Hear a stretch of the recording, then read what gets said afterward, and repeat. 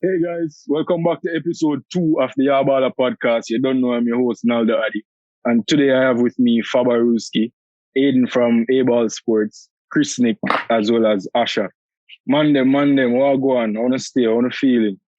Everything good. Yeah, man, everything good. Yeah, man. Alright.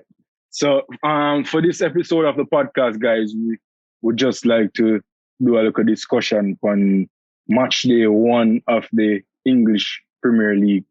And the first game of the new campaign was Arsenal facing Brentford, and Brentford was playing at home. This was Brentford's first match in the English Premier League since it was rebranded as the English Premier League. But regardless, what did you guys make of the Arsenal match this past weekend? Aiden, you first.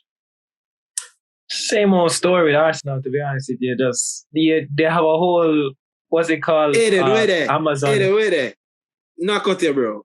Just saying Macaulay from like July. From the first picture, Macaulay say, yo, Arsenal did lose. Just I said that, bro. Bro. Yeah, they have the whole new Amazon documentary that they're filming this year, All or Nothing. And you start your All or Nothing whole new documentary with a loss to Brentford. That don't even know how top flight English football smell. And you lose 2-0 to Brentford on opening weekend. Yeah. It's just, Grant, they can say, our best team was out there, Lacazette and Aubameyang weren't there or whatever, but I just feel like you shouldn't lose on opening weekend to Brentford. The defending was poor, 2 goals they conceded. And it's just Arsenal. It's really just a shocking sight to see how bad Arsenal has gotten in the last few years. All right, Asher, you may hear 2 cents. Well, Arsenal, I'd say they really invest in the transfer market like that because Ben White is a marquee signing, and I don't think Ben White should be a marquee signing after finishing 8th last season. No disrespect. Huh? Because I kind of second that notion because like it's so unbelievable being that Arsenal had the 3rd best defense in the league last year. I don't know how, but statistically Arsenal had the 3rd best defense last season. And so it was really peculiar to see that, all right, it was really strange rather that the first big signing that they made was another centre-back, right? Because if you finish with the 3rd best defense in the league and you were short of goals because Aubameyang wasn't scoring his usual number of goals last season, Lacazette, inconsistent. So they do have a creative midfielder. So it was really weird for to say, yo, the first chance they get, sign, either a creative midfielder or a striker or somebody in the attacking department. They have been linked with James Maddison, Houssem Aouar. When the transfer window just started, actually, they wanted Emmanuel his name? Emiliano Buendia. Yeah, he's at Aston Villa now. Buendia said, yeah, him gonna Villa. And then I see them give Smith Rowe number 10. So I say, I don't understand. Is Smith Rowe a number 10 or is he just... Them supposed to bid for Odegaard this coming week. They want Odegaard. But it's likely a loan with like an option to buy for 30 million pounds. No, I think Real Madrid is going to sell him because it looks like Carlo Ancelotti don't really favor him. So them put the man didn't even have a number. The man didn't have a squad number. So he's definitely out of there. Ancelotti don't really fancy young players too, so I expected that. Vinicius and Rodrigo got ball this season. But anyways, still, Chris, you have anything to say about Arsenal and their poor performance against Brentford? Yeah, how long now has Mikel Arteta been the manager for Arsenal? I think this is his 3rd year or 2nd and a half season. Yeah, but him take control like halfway through, right? Yeah, so it would be like technically second full, like so 2.5. Yeah, well, 2.5, yeah. Any other know Arsenal playing style? Like what them trying to do? They want to be like City but aren't good enough. I'm not even say the want. I'm not say nothing. Cause them not keep the ball. Them not look. They don't have the They right try profile. to play out from the back so much. And Burnley, I don't understand. Like when them do actually get the ball out from the back, like them try to play from Leno or them center so and much hold passing. on, Faba. And it's like them don't realize Leno, that is one of Leno's weaknesses. He can't really pass out from back. Because I rate Leno personally. Like Leno is a good shot stopper, but he's just not clinical in the distribution department. You know, he's not good with him feet, and them just keep on expose him because me as a coach, I train with you every week, I play you every week. Me supposed to say, yo, boy, I know some keeper can't really pass the ball as though I would want him to pass the ball to start an attack or to restart the play. You get what I say? So my question now to you guys, how many games would you need to see from Mikel Arteta to know whether or not he is or he should be a manager moving forward? Aiden? I think that if he's below 7th at Christmas, he needs to get out. He needs to be gone.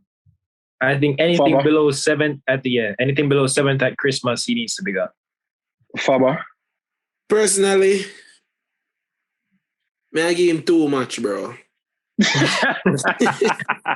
No, but brother, the next match is against Chelsea. Realistically. Hold on now. This is important to know, by the way, guys. Arsenal's next match is against Chelsea, and then the following match is against Man City. Man City, So, right. Precisely. It's a tough start. So I give him too much. Personally. I give him too much. Two more match. Oh, so again, so he would have to beat Chelsea and City for you to keep him as your manager. Beat Chelsea, draw with City. And that would you would satisfy with that. Nah. Being realistically, below 8th, come Christmas, yeah, he needs to go. He's not the man.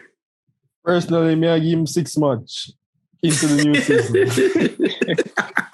Because remember, say, him get a whole season before, and then him get a next half a season before.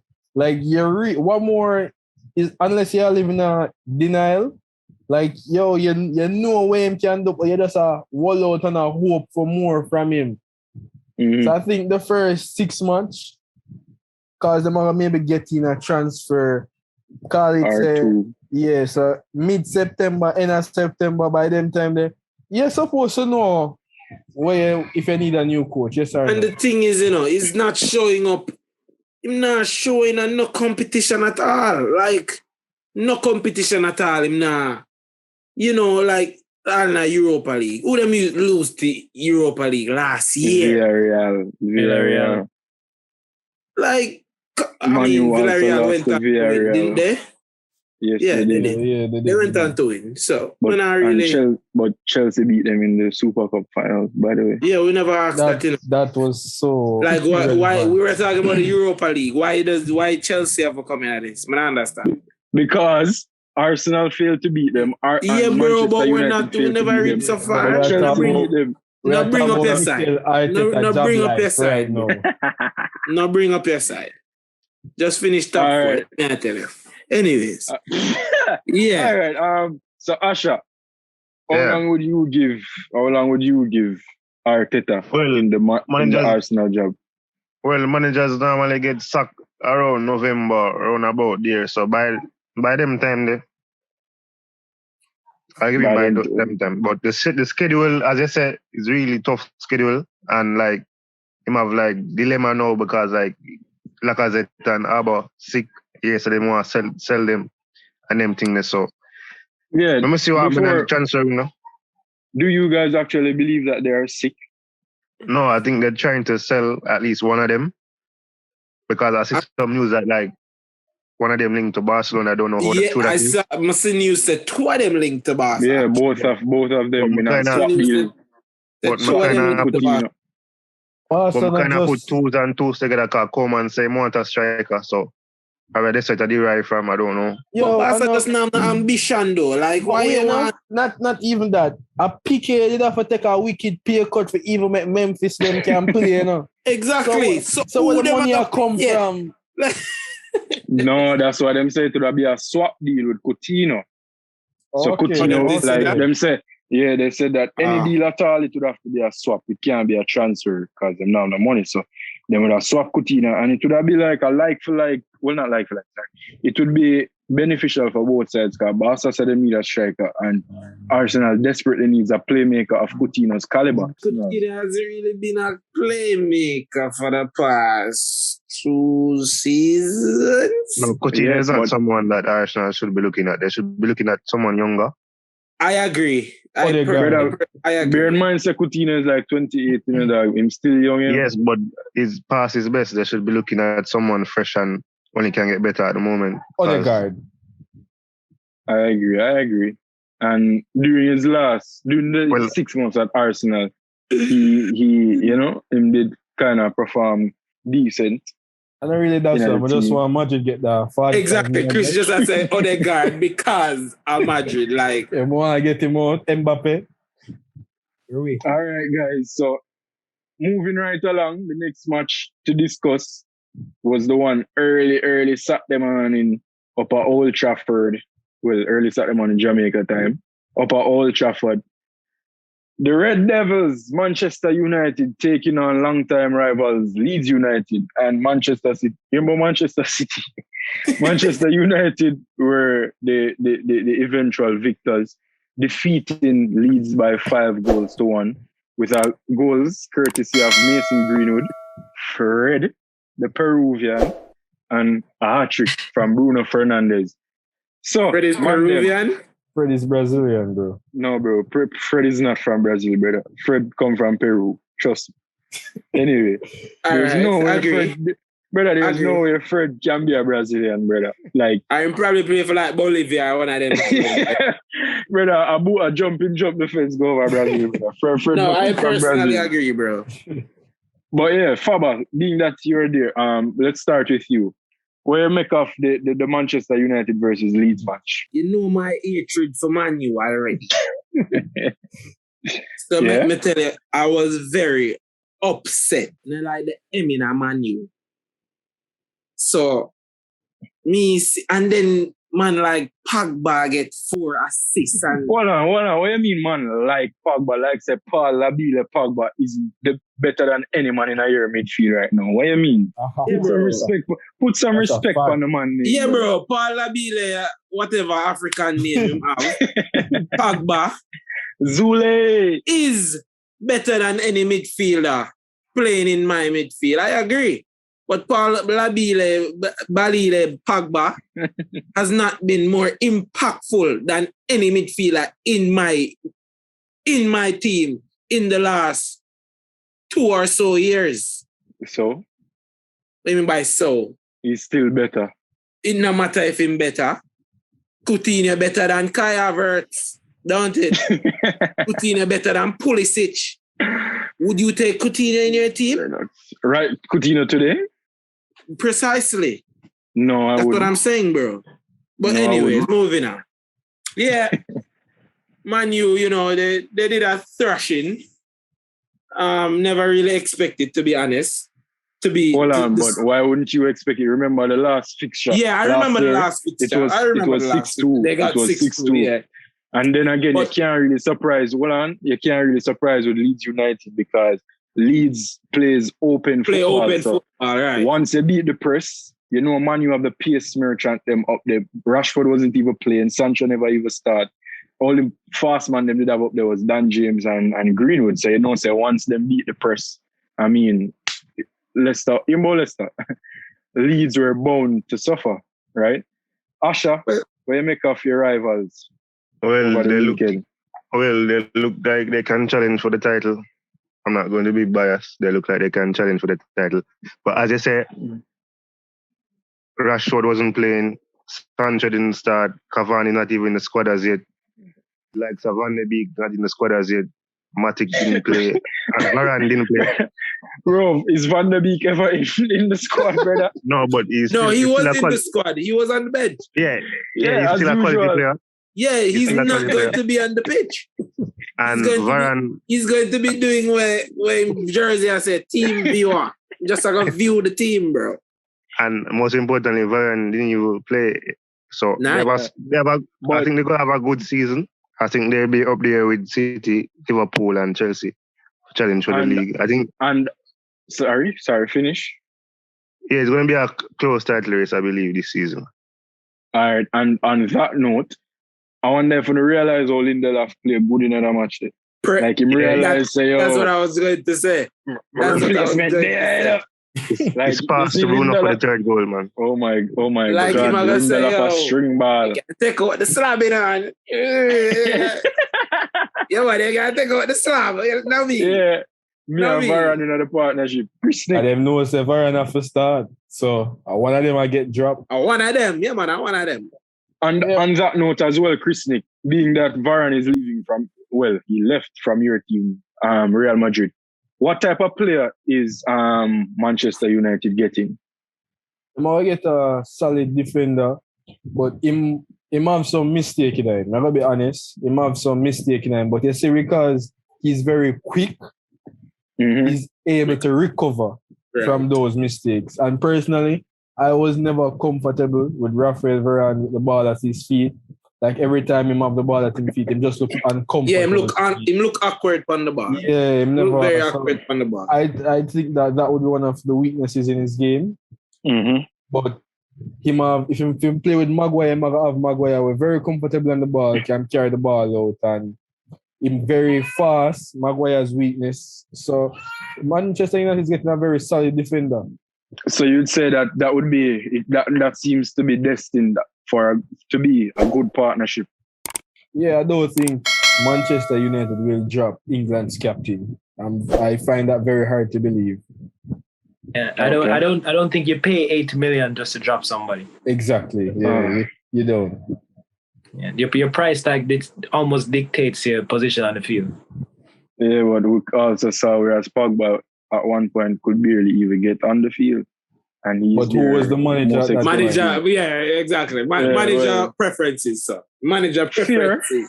No, but Pogba, to be fair though, Pogba was not playing anything. Even when he was getting the chance, Pogba is just a different demon when he's in a blue jersey than when he's in a Manchester United jersey, barring the match that played Saturday. And some matches that were played in a Manchester United jersey. All right, guys, and we also saw, whereas nobody touched on it, Bruno Fernandes completed the first hat-trick of this Premier League campaign. So, where do you guys see, how do you project Bruno's season this year? Average. I think he can be in contention for the Golden Boot. Wow. I mean, he wasn't far off last year. But then again, I forgot pre-say the goals I forgot go around now, goals I forgot share, Share with Sancho. Sancho have to get a piece. Rashford have to get a piece. Green have to get a piece. I think with the inclusion of Sancho, that kind of free up Bruno in a sense, because United normally rely on him heavily. Yeah, so they have Sancho now, who would be another creative outlet for them. Yeah, so the bird wouldn't depend on him like that. Okay, and I'll just like to give you guys some... Sorry. Bruno kind of reminds me like Lampard in a way. Or them arrive in the box. I agree. Or they arrive in the box and finish. All right, I'd just like to share a few stats with you guys. Some that were very shocking to me, especially being the possession stats.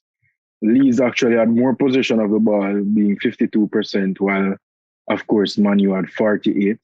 Both sides completed approximately 430 passes. About the same passing accuracy of 79 and 78.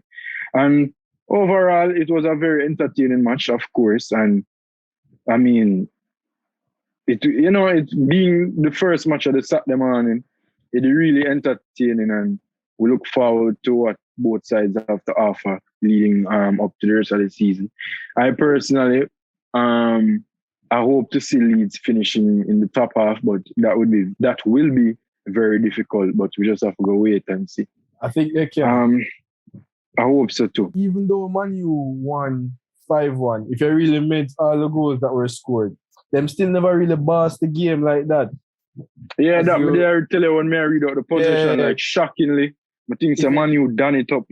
But it's like classic Man U of it's like classic Ole Gunnar Solskjaer football, counter attack. Yeah, that's always football. And if you think about the goal, classic Man U football, bro. Ole does not know what he's doing. If you really think about the goals, a lot of the goals came as a result of counter-attacks. Counter-attacking goals, having right. a very high back line. Them just catch them on the counter. Catch Leeds high. Yeah, so I think they still have problem breaking down teams that sit very deep. With Sancho? And Bruno? No, they won't have that with Sancho, I believe. With Ole, I trust it. Remember Sancho a slice and dice man for fun, bro. With Ole at the wheel, bro. No, believe in Ole. All right, guys. So moving right along, the next match that we'd like to discuss will be Chelsea Football Club, the potential winners of the English Premier League this season.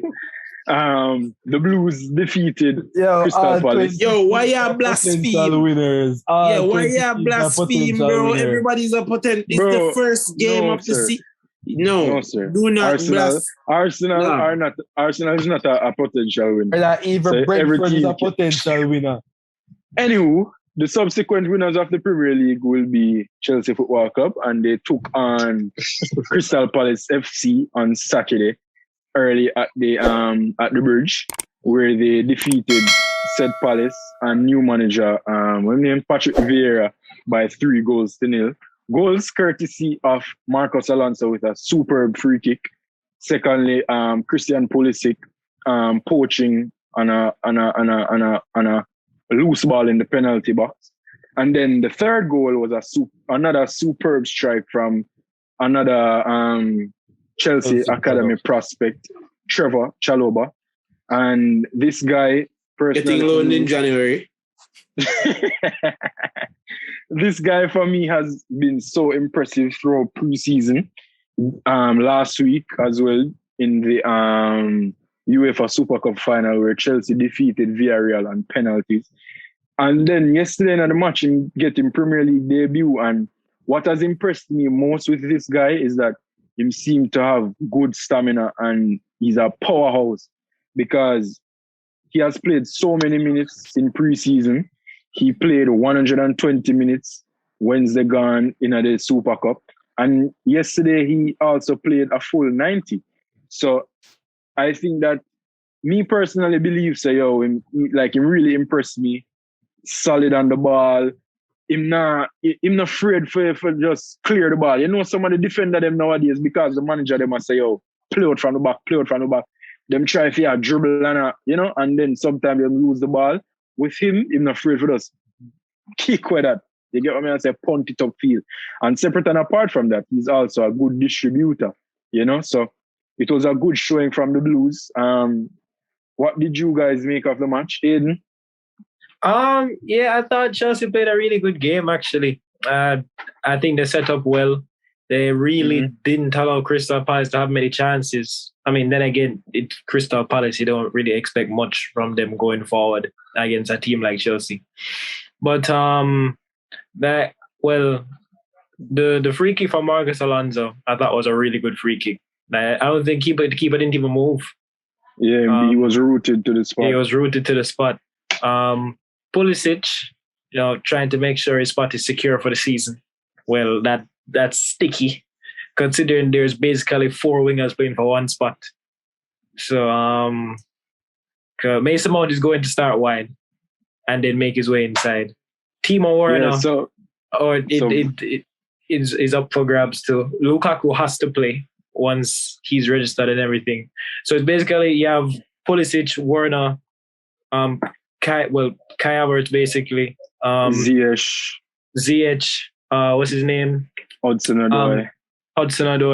all playing for one spot. So it's tough, man. It's tough. Thomas Tuchel probably has one of the hardest jobs in the Premier League this season. And me personally, I believe that he will manage the squad efficiently because, first of all, I think Chelsea's depth is probably second to only Man City right now in the league. And it probably will, at the turn of the season, we'll see where they even surpass Man City in terms of squad size and squad depth. I think they have better depth than Man City right now. Yeah, man, it's a fair argument. So and as I said, I think that Tuchel will manage the side very, very well, to say the least, because we have a lot of Chelsea has a lot of competitions this season. They have the Premier League, of course. They have to defend their UEFA Champions League. They also have the FA Cup, the Carabao Cup, and we also have the Club World Cup in December. So there are a lot of games to go around. There are a lot of minutes to go around. So it's all up to Tuchel to balance the side. One thing for do though is find a starting 11. Find him go to 11. It's going to be difficult, but hopefully by about November, you find him solid starting 11. Fabaruski, Mr. Hater, what did you make of Chelsea's victory over Crystal Palace? Yeah, Chelsea looking very dangerous, looking like the ones to beat this season. I'm not going to lie. They're looking like the ones to beat. So you have Chelsea winning the Premier League? Bro, I said they look like the ones to beat. But that sounds like when you translate it means like... Yeah, they look like the ones to all right. to win the Premier League. I'm not... Hold on, Chris Nick, you're mute. The man has a Chelsea look the best so far. All that means them are going like, we don't know why am I trying to put words in my mouth. Why? But you me like, bro, they just look very good. Anyways, moving on to the Crystal Palace side of things. New manager in the building, Patrick Vieira. What do you think Leeds? What do you think Crystal Palace needs in terms of squad addition to really for Vieira to really be successful? Asher? I think guys forgetting that they're missing two key players. Yeah, man. I know Eze missing. Eze still suffering from his ACL injury, I believe. And they signed a new young talent, Michael Olise, who was young player of the championship last season, attacking midfielder. So I think I think they're still without the centre-back from Chelsea. I don't remember his name. Mark Guehi. Yes, no, so man, I think... He play, man. He played in the Chelsea match? Yeah, man, he play. He play with Kouyaté. And them have another Chelsea product, Conor Gallagher. Yeah, Gallagher.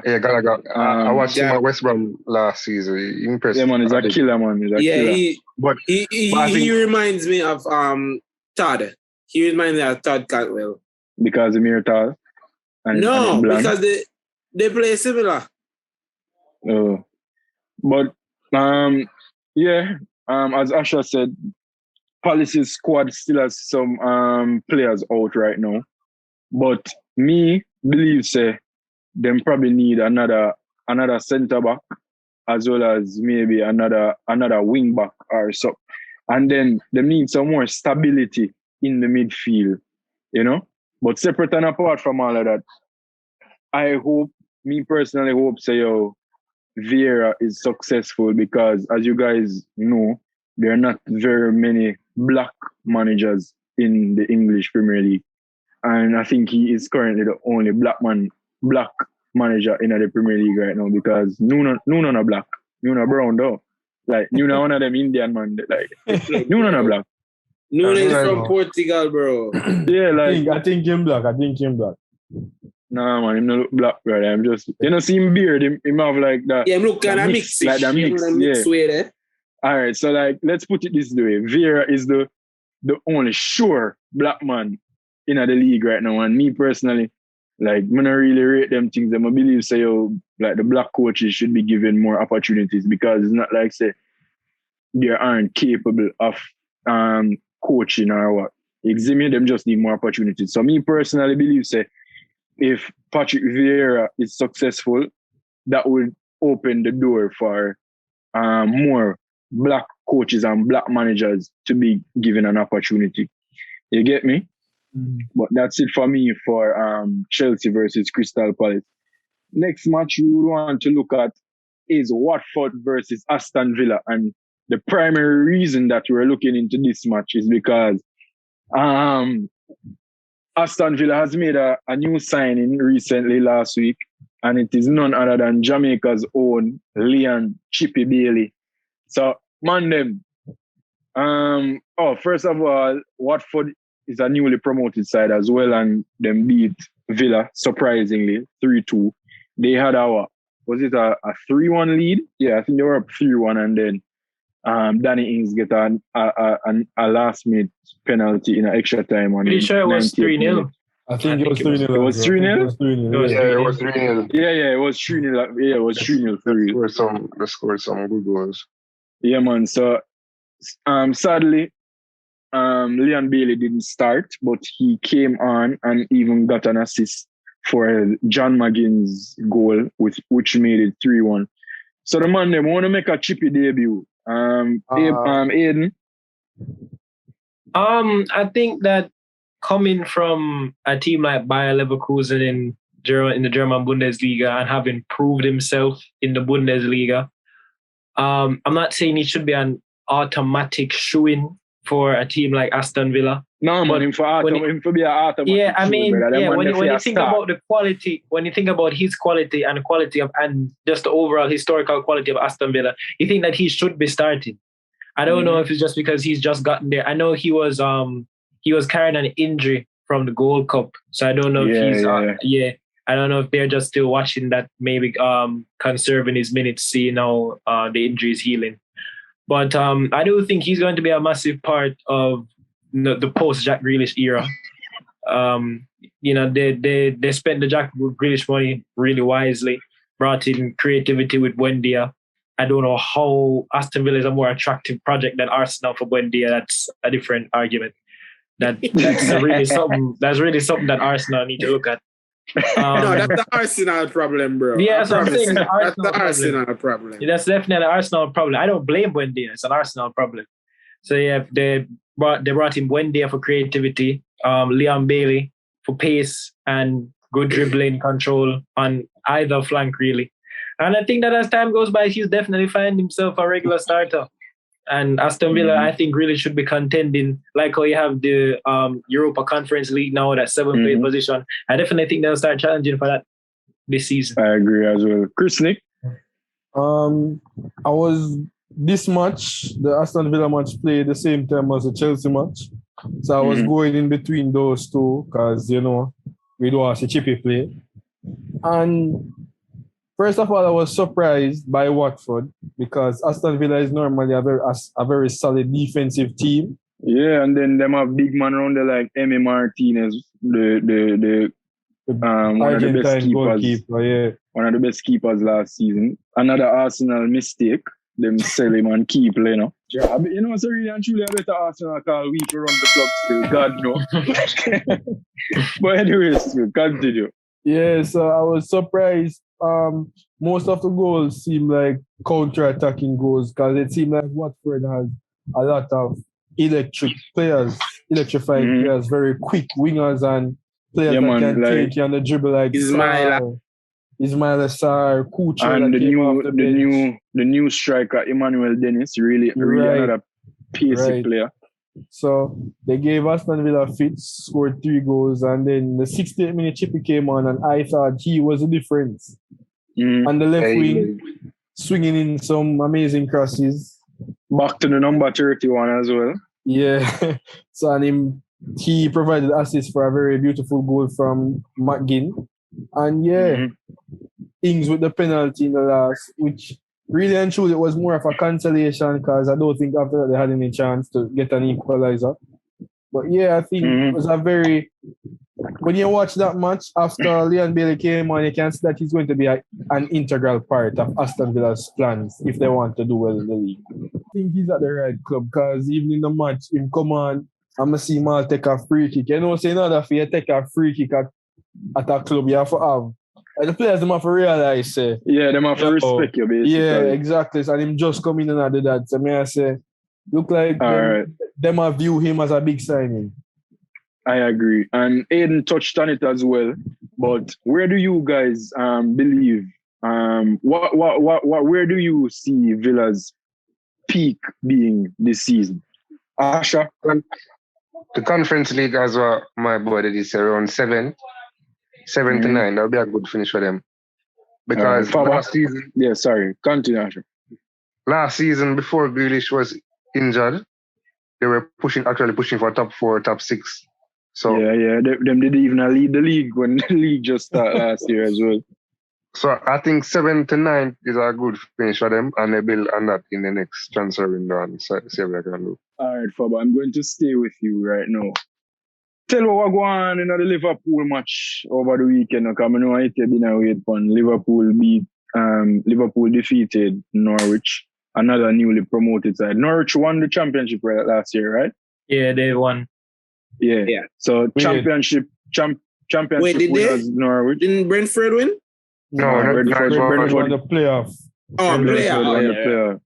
Yeah. Just before Faba talk, just look at this man act like Liverpool just beat Manchester City, Real Madrid or Barcelona. Faba, take the floor. What him say?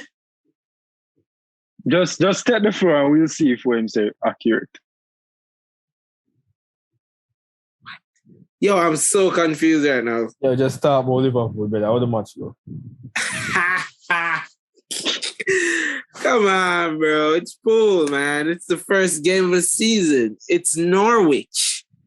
You know when they won Norwich for the first game of the season. And a normal thing, bro. Yeah, but no, look at dominance. Well, not a little, but dominance at its best.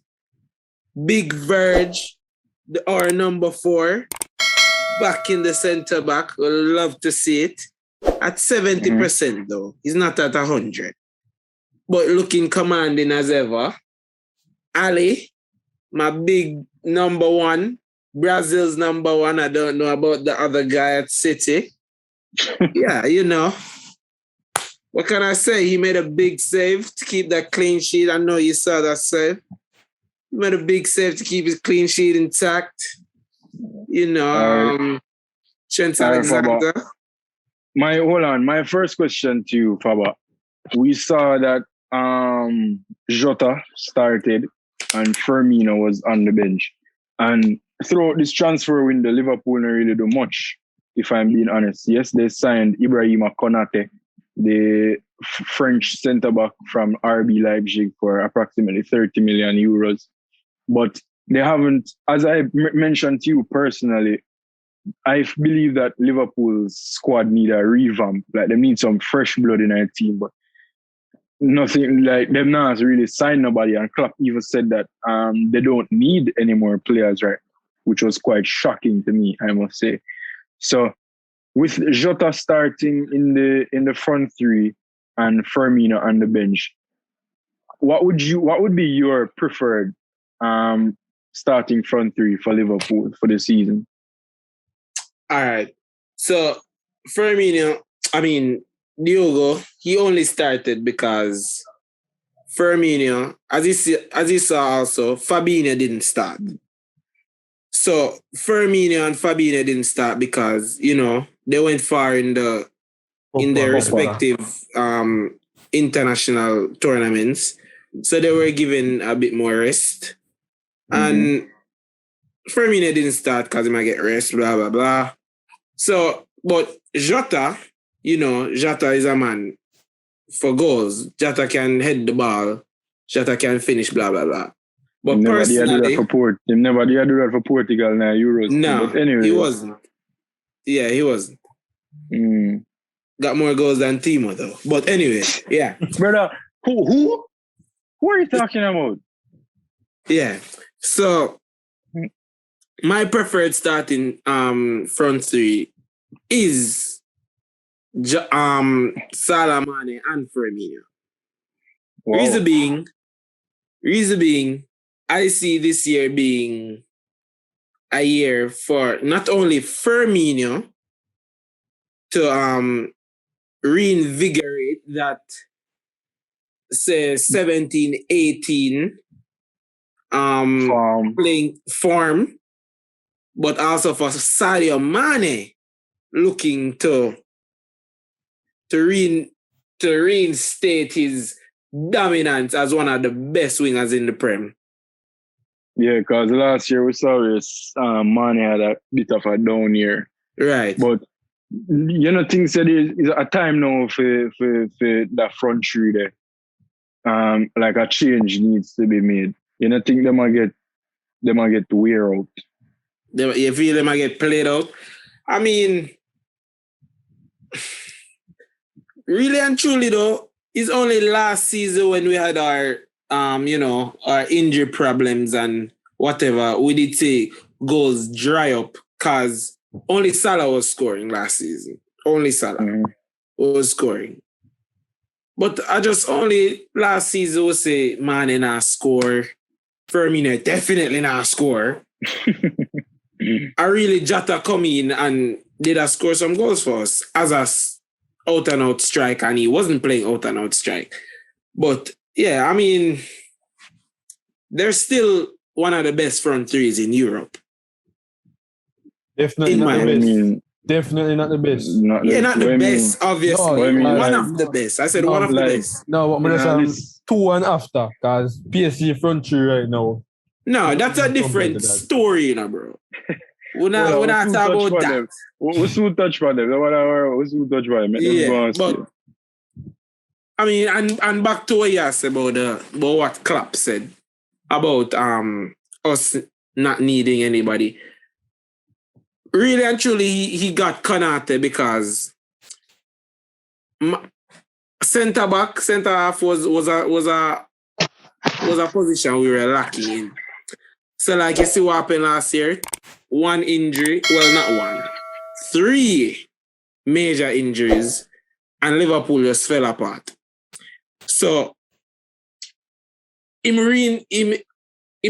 go for Konate basically for just sturdy up the centre half position. Virgil, Gomez, we know they might come back from a very intensive period off. They've been off for like 10, 11 months. And Matip is walking glass. You can't really put your faith in a Matip. So, and really the board and Liverpool not having any money, Really Liverpool has money. They're just not spending. They have money, but they just... It's very hard. If I explain what Fenway and all of that, it would be a very long video. But it's just, yeah. But it was a very good performance. I was very satisfied. We dominated the game. Mo looking like Mo. Bobby coming on and looking like that 17-18 Bobby. Mane just ran and took people. I was very impressed. I'm on them, so now let us progress right now to one of the games of the weekend, whereas Newcastle hosted West Ham, but unfortunately for them, they lost by 4-2. And the match started off brilliantly. The first 5 minutes, we got a goal courtesy of Callum Wilson. Alan San-Maximin a slice and dice Declan Rice. Oh, that right. Well, yeah, man, mix him cereal. Mix it. The man chop him left, him chop him right, him chop him left again and bring him down, cross the ball in a box, and Callum Wilson poached up at it again, and just, classic number 9 finish. And then West Ham responded 13 minutes later with a goal courtesy of Aaron Creswell. There were shouts of offside, but based on the replay, we see him never offside and thing. And then more goals came along in the first half. Jacob Murphy header. And then in the second half, Ben Rama scored, Suchek scored, Mikel Antonio scored a killer goal, powerful finish and thing. And it was quite an entertaining match. Me personally, I wasn't even expecting that because I predicted a draw for that match, being like they appear like 1-1 draw, personally. What am I going to make of the match this morning? West Ham versus Newcastle. Aiden? I think that West Ham, they definitely carrying on from the form they had last season. They had a very good campaign last year, getting that Europa League spot, having some European football this year. I don't know how it's going to go for them because they're going to have a lot more games this year. So their squad might be stretched a bit thin, but I think they're putting a good performance. And it's really good to... Listen? Sorry, continue.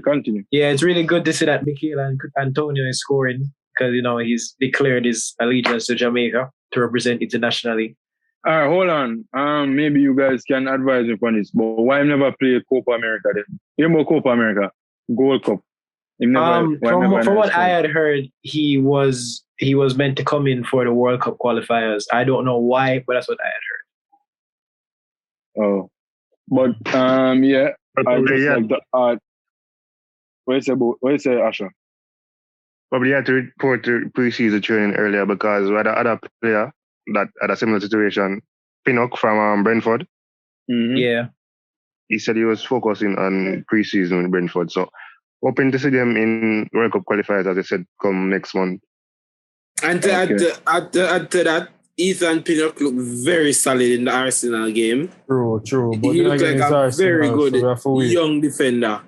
Like he was the standout player. I hope defender in that game for me. I hope not even 50 mil bender as well. I hope Theodore Whitmore saw that as well. Boy, I really see much, Yeah, him not, no man, I'm not really in blind. So my mom have like a cataract.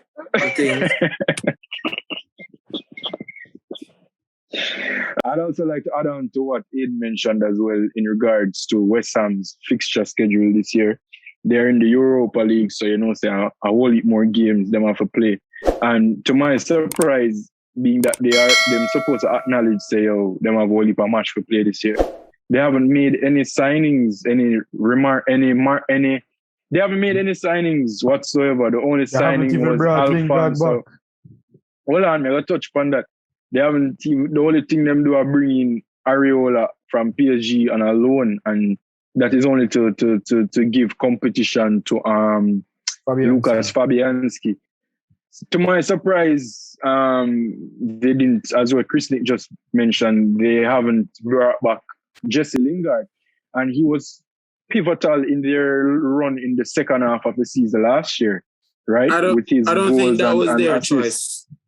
No, it wasn't. Yes, it was kind of their choice because Man U set the price and they don't want to meet the price. Man U set the price for Lingard. I'm not sure of the exact figure, but it was kind of higher than his worth.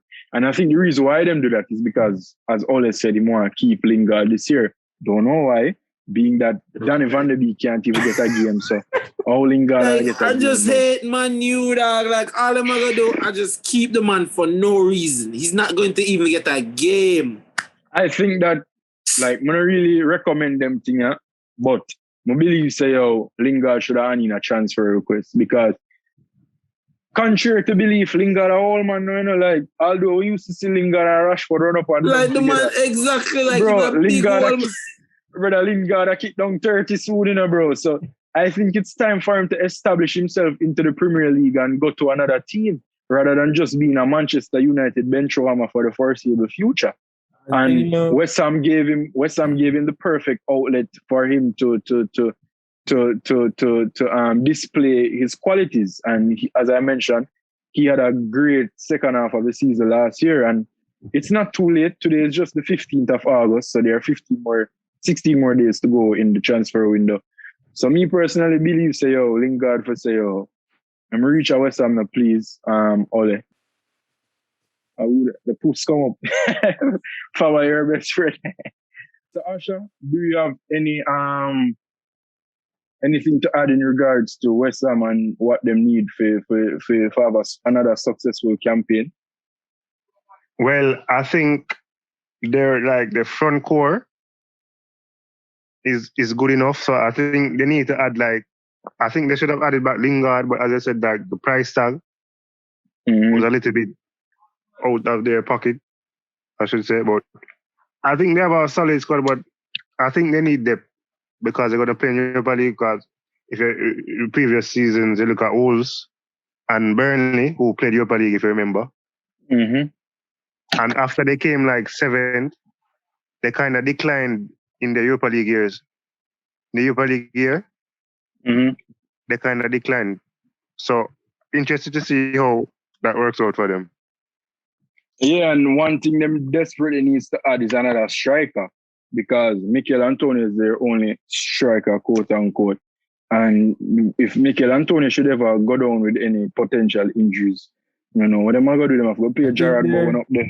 Yeah, that's exactly what they're going to do. They're looking at strikers, but if they don't, I think that he is the backup right now, Jared Bowen. Yeah, them did link to Tammy Abraham, but was still them couldn't afford that. Them did link to Eddie Nketiah. I don't know why Arsenal. I don't know where Arsenal are waiting for sell him. Them are hang on to him, but wish West Ham all the best still. And then next match now, not the big one, but yeah, it was touted to be the match of the weekend, being that had two big teams. Tottenham hosting defending Premier League champions Manchester City, and Tottenham won. Surprisingly, I for one was surprised. And I'm sure, me heard the rest of man say, but I for one was surprised. Of course, as per usual, Manchester City dominating possession with 66. What is almost double the amount of passes that Tottenham played. 85% passing accuracy, typical Pep Guardiola side. And we have seen, whereas Pep Guardiola has not recovered from the beating that Thomas Tuchel placed on him last season. Right? I wouldn't call 1-0 a beating. The beatings, plural, that Thomas Tuchel placed on him last season. We see whereas him have him lose against Leicester last week in the Community Shield, another one love. And now today they lost again to Tottenham without Harry Kane, without Tanguy Ndombele, without the new signings such as Christian Romero starting. He came on in the latter part of the match, but he didn't start it. Brian Hill not playing. And as I mentioned, most importantly, Harry Kane missing, right? And them still managed to beat City. Fair play to City though. Hold on. Fair play to City though. They did not start. They may have not started them strongest 11 because De Bruyne was on the bench. Who else? Mendy was starting. Zinchenko was on the bench. John Stones was on the bench. Kyle Walker was on the bench. Kyle Walker. So you prefer Kyle Walker over Cancelo? No, I think that Kyle Walker should always play. That's just my personal opinion at right back. If you want to play Cancelo on the left and he can move further up forward as like that fifth midfielder, I think that's a good position for him as well. I agree. But Kyle Walker definitely should play. All right. So my first question to the panel: what went wrong for City and Pep this morning? Chris Nich? That's 3 defeats in the last official competitions. Man City from going back to last season, the Champions League finals. 3 straight 1-0 losses. And I think the biggest problem has been, I think there's a lack of threat up front. I don't know. I think maybe despite the 100 million signing. Is he a centre forward? Oh, you mean in the striking department? Yeah. I thought you meant in the entire forward line. No, I talk about as in a striker because Aguero gone and you have Gabriel Jesus. I'm wondering if Pep rested him because of the same thing with Fabinho them, in Brazil. No, that did not happen. But so I don't know why he hasn't started, but there seems to be a void in the center of the up front. There seems to be a void in the center. Sometimes you see Maris picking up the ball, you see Sterling on the left wing with the ball. But Ferran Torres was almost invisible. Yeah, Like, I can count on my fingers how many times I heard Ferran Torres' name. And all right. Like, there was a quick free kick where where they played the ball to Cancelo and Cancelo swung it in. And Ferran Torres got a touch, but like he misjudged the touch or had a bad touch and he was right in front of goal. Yeah. And I don't know how he missed, but he missed. It touched him heel and it just bounced up and go over the bar. All right, that's a big problem. So you said the big problem is they're missing a target man, a target striker up there. All right, I'm gonna turn it over to Mr. Manchester City now. Asher, what go on? You said a 3-straight, one love that now, you know. What go on? Well, it was a slow start. I don't really like how we played. Move the ball around slow. And well, as you can see, like in previous seasons, like last season, we started a bit slow. Because at one point we weren't even in top half. And people were writing City off. But I think when the players come back, because we have like 8 players just returning last week. So they had like 2-3 training sessions at best. De Bruyne had like 1 training session. He could only play 20 minutes. So I think by match week 3 or match week 4, we started the real City. I'm not really worried about them at the moment. All right.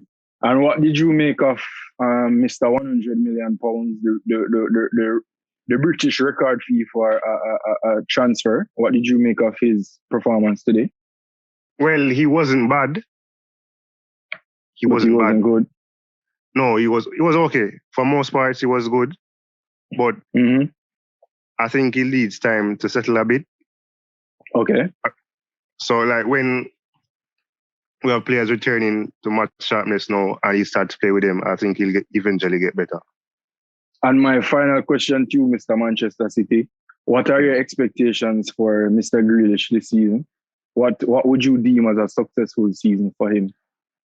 Well, a successful season for Grealish should be a season with trophies that he's involved in. No, man, you can't tell me that. You can't tell me that. Manchester City are going to win trophies regardless. You know him going to the Hold on, you know him going to win the Carabao Cup. Like, that is a given. But what will Grealish do to say, all right, him live up to the 100 million there? Well, I think he might go be the reason them win the Champions League. He might go be the key man in the Premier League campaign. What will he do to live up to that 100 million? Well, as I said, Champions League is a key point. Be a key commission for Grealish. But mainly I think Grealish was brought in to ease the creative burden of De Bruyne, because sometimes City rely on De Bruyne too much in certain games. So they need like that extra player that can make things happen, can unbalance the game in one action. I think that's exactly Grealish. All right, guys. So, what have to say about on the Tottenham's end though? What nobody now give Tottenham no love? Well, I said Tottenham played an excellent game. They defended well and they countered very well. Yes, like Tottenham have about them did have about 12 counter attacks. Yes, that's Tottenham, especially Son. That's what Son thrives on. Runs in behind and open space, and that's like 4 straight home games or something like that. Son scored and City. Son likes to play Manchester City. Tottenham was way more of a threat than Man City. Man City dominated the ball, but they never really looked like scoring. Every single time Tottenham counter-attack, it's almost like if they made some better decisions, it could have been way more than just 1-0, because in the first half, there had a couple times like Son got a ball to run in behind and it's like him just slow down and turn back the ball, or him never, if he was a bit more direct, Yes. I feel like him could have done more. So never looked sharp at all today. Like he never besides the goal, he didn't look his sharp self. Cause I agree. even when they got a break and he got the ball on the right, and he had the opportunity to just do a simple pass, like Hurricane-esque pass to Lucas Moura. He had the chance to do it, but he just chose not to. I think Bergwijn was running as well. Yeah, right. It was Bergwijn and Lucas. Right. And he could have, we've seen him play that pass so many times to, Hurricane. And he just did not look as sharp. Like, I don't know if his, first game, whatever, but he never looked sharp enough for me. All right, but credit to Son. He scored. He's off the mark. And as Chris Nich mentioned, Manchester City seems like them really need a striker. Pep tried it in majority of last season, playing without a striker. With that experiment, we saw whereas, yes, they won the Prem, but because they didn't win their ultimate prize, being the Champions League. So maybe they need to sign Son over Hurricane. But fun and jokes aside, I just want a vote from the man them. Yes or no? Is Hurricane will at the end of this transfer window, will Hurricane be a Manchester City player? Chris Nich? Yes. Aiden? Yes. Asher? Definitely. Faba? Yeah.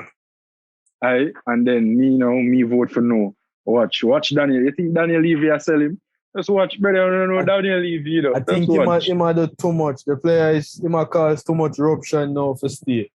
The fact that he never got training and he even start that match, I feel like they need to sell him and they need to do it quickly so they can find a replacement.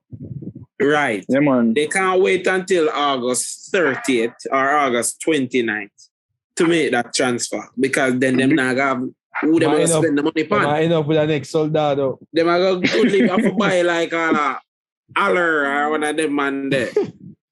Go buy Joe Linton. Or Joe Linton from Newcastle. Or resurrect Tuffy Anderson from out the retirement. Them can buy him name, man. We'll see what they are. Ricky Lambert. But anyways, guys, that is it for our Premier League recap, Matchday 1 recap for this week on the podcast. Before we go though, we just want to touch upon PSG, the super side right now in European football. And the first man we want to go to is Aiden. Reason being, as you see him there right now, he's a depressed Barcelona fan. Just look at him. Look at him. Man is depressed.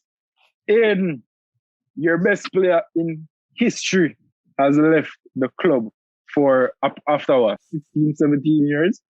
Call it 20. How do you... Yeah, but more than half of his life. So how do you feel? How are you coping? Are you okay? Do you need any therapy? First of all, he's not just my best player of all time. He is the greatest player of all time. The greatest footballer to ever touch our football, period. But yeah, as getting back to the point though, the circumstances under which he had to leave, unfortunate. Last year he did want to go, but this year he was actually keen on staying, but financial situation caused him to leave. Everybody knows that story. Barcelona played today though. They won 4-2 against Real Sociedad, which is usually a difficult team to play in La Liga. They were 3-0 up. Then they went to 3-2. They looked shaky for a second, but they ended up seeing the game out well. But I think that obviously Barcelona is, in no sense of the word are they better without Lionel Messi. But I think that since Messi left, at least what I can see from this game and from the preseason, that the dynamic of the entire team has changed and the way they play. It's like you know that the first pass everybody used to look for was for Lionel Messi. Now plays distributed a lot more evenly across the pitch. Griezmann has more freedom to do his free roaming that he likes to do for France and that he was doing at Atletico. But of course, Lionel Messi would make Barcelona 10 times better. But, you just have to get used to life after Leo. So you just have to look forward and look at the positives.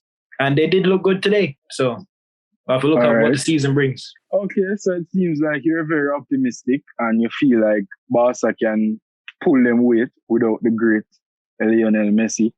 And what do you expect from him at PSG? You think we're going to get the same Lionel Messi that we saw at Barcelona, or are we going to get, a lesser version of said player, being that he's progressing in age as well? Still with you, Aiden. I feel like progressing in age, and when it comes to Lionel Messi and Cristiano Ronaldo, you've been hearing that progressing in age story since they touched 30. And it really hasn't shown any difference to their output, whether it be statistic-wise or just the eye test when you look at them on the field. I think Lionel Messi is too professional of a footballer to play half-heartedly just because he's not at Barcelona anymore. And one thing I'd like to add, like, I see some memes, because I don't know Twitter savage with the memes them. Them have a comparison to where Lionel did a cry in the press conference. How him look now at PSG, a be skin him teeth, and him say, yo, him seem like him adjust the life already in a part. I mean, obviously he's not going to be crying in the new stadium of PSG. He's not going to be talking about Barcelona and blah blah blah. It's PR, you know. Obviously, I'm not going to say he's faking it just for the media, but he's not going to be crying at his presentation saying that he wants to go back to his old club when he's at a new club. Nobody's going to do that. All right, and Mandem, do any of you have anything to add with the new super team, the new Galacticos? They have to win now. They have to win the Champions League now. I'm sorry, but League One will not cut it. League will not cut it. And if they don't? Pochettino is out the door, first of all. You can firstly, you can take Poch out of Tottenham. Can't take Tottenham out of Poch. Me personally think, even with the greatest human to touch a football at the club and one of the greatest defenders that the game of football has ever seen, even with those players, I personally think PSG is dropping out at the quarterfinal. The quarterfinal? Of the Champions League. Yes. Whoa. Leaving a final appearance. Yeah, we need that clip here when the quarterfinals are going. Yeah, they will be here. We can just start the podcast with it. Yeah, we can just start the podcast with it. Yes, pretty much. But all right. And anything else? Especially because this might be the only year they have Mbappe as well with Lionel Messi and Neymar. Because, he doesn't look like he wants to renew his contract and he might be moving on to Real Madrid for free next summer. Another thing I want to add to I saw a clip where the fans were booing him yesterday. When he was announced. Yeah, and then I said, wow. That was quite shocking. No, but yeah, it seemed I will praise him. Come, Mbappe, come. But yes, guys, that is it for this week on this episode of the podcast. This has been episode 2. Thank you for listening. Thank you for watching for the YouTube people. And continue to support the thing. Like, share, subscribe, comment, tell a friend for tell a friend for tell a friend. And as I always stress, we need your support because we can't grow without you. That is impossible. So, big up the man them as well. Big up Chris Nich, big up Faba, big up Aiden, big up Asher for joining us this week. You guys, doing the thing as per usual, and I'm very thankful. So big up on yourself, and this has been episode 2. Big up on yourself. See you the next week again, and you don't know where to go. Yeah, bala. And we're out.